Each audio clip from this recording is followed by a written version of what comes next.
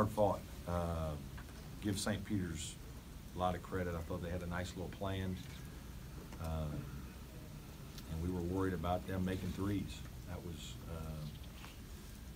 That was our concern, and unfortunately they made them. We didn't do a good enough job defensively defending the three.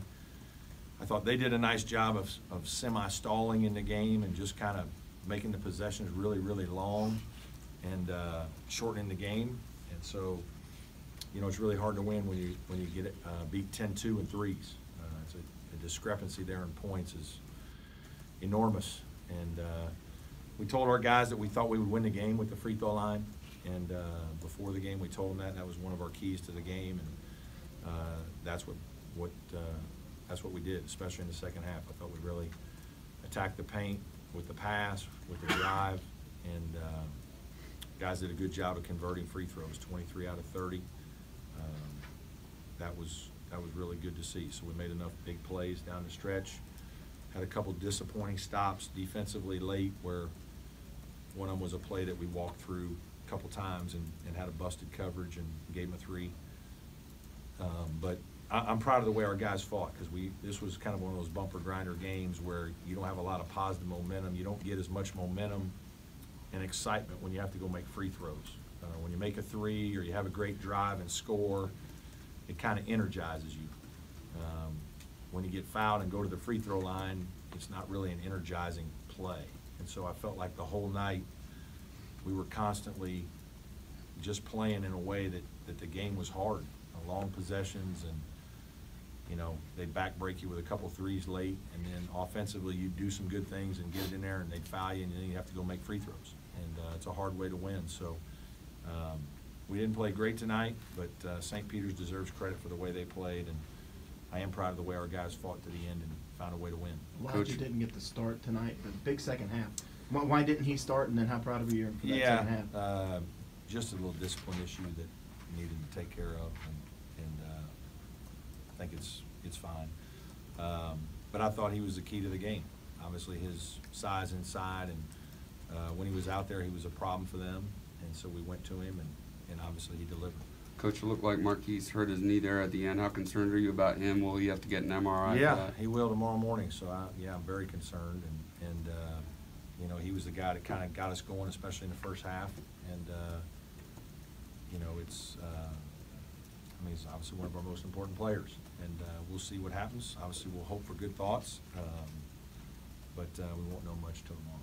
Brad, it seems like their style of play and the aforementioned issues you just mentioned took you guys out of your comfort zone for the day. Mm-hmm. Can you explain what's going on with Amir and with David as far as scoring and their output? Yeah, I don't know. I'm a little disappointed with Amir today. I think it's funny. I need to watch practice because we do a lot of. We do the heart rate monitor stuff with both those guys, and those are two of the guys in every practice that seem to have the highest rates, and so maybe there's just some fatigue there with both guys. I thought Amir looked like he was tired today. I thought he looked tired playing, and I need to evaluate that with how much we're practicing. We practiced hard this week. We had 3 hard days. We were off Tuesday, had 3 hard days, Wednesday, Thursday, Friday. Took Saturday off, and then Sunday, Monday, good practices, preparation practices for today. But I did think that Amir looked tired. He's a better player than he played today. Coach, you got Trey into the game in the first half, just played a couple minutes, but how hard is that to get game ready after missing as much time as he has? Yeah, he's not ready. He's out there a little bit because we were holding Elijah until the 10-minute mark. And so he got a couple minutes, but he's a great energy giver. He's a really positive person. He's a high energy guy. The guys on the team love him, so when he's out there, they're cheering for him, they're excited. But he doesn't know what he's doing in about a third of what we're doing right now, and so we got to really keep things smaller. And this was his first week to go up and down full court all year. Last week or the week before, he got to do half court stuff. He was released for full court stuff over the last 7 to 8, 9 days, and so it was fun for him to just get out there and get up and down a few times. as we tumble towards ACC play? What is it from your team that you're looking for to build the momentum that you're going to need as you reach January? Yeah, we got to play better on offense. You know, our defensive numbers weren't great tonight, but our offensive numbers weren't good, and that needs to improve. We can't make 2 threes and go 2 for 14 and expect to win games. We got to have guys in a better place in terms of making shots, and I'm anxious to watch the film to see what it is that we did. I thought we got a little tight. There's no doubt we got tight in the second half, and you saw some bad shots, guys that are open, and they shot the ball like, you know what, we're supposed to win this game, and we're having trouble. And that's what happens in these games that you're supposed to win. If the other team can keep it close, the game pressure in basketball shifts to the home team, and you know it's harder because you can't just bully a guy and go sack a quarterback, and you can't just knock their line down and run 75 yards for a touchdown. You got to methodically win the game, and when they're fouling you, and now you got to go make free throws, it makes the game even harder because there's no rhythm to your team. You're not ever getting enough positive feedback, and so again, this was kind of an ugly win in certain ways, but it also showed some grit and some toughness and just hanging in there. And again, I think St. Peter's deserves credit. Their kids played well, and they had a plan to stay in the game, and when you make some threes, it allows you to do that. Brad, the missed threes are kind of a trend lately. Is that Yeah. kind of mystifying to you?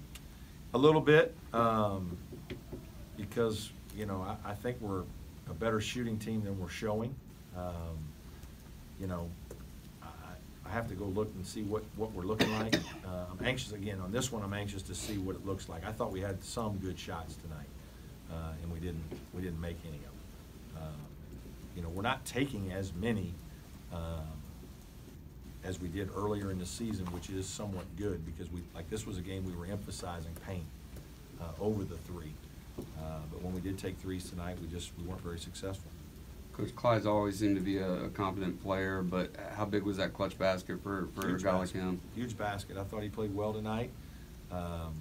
He got some of the defensive assignment against little number 1, and he did a pretty good job. A couple mistakes, but I thought his length was really a factor, and I thought his ability to rebound defensively, he had 6 defensive rebounds, was really good. And obviously, it was a play that we kind of drew up for Marquise.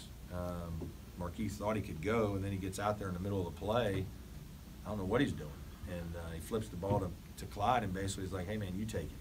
And thankfully for us, Clyde made a heck of a spin move and got to his right hand and laid it in.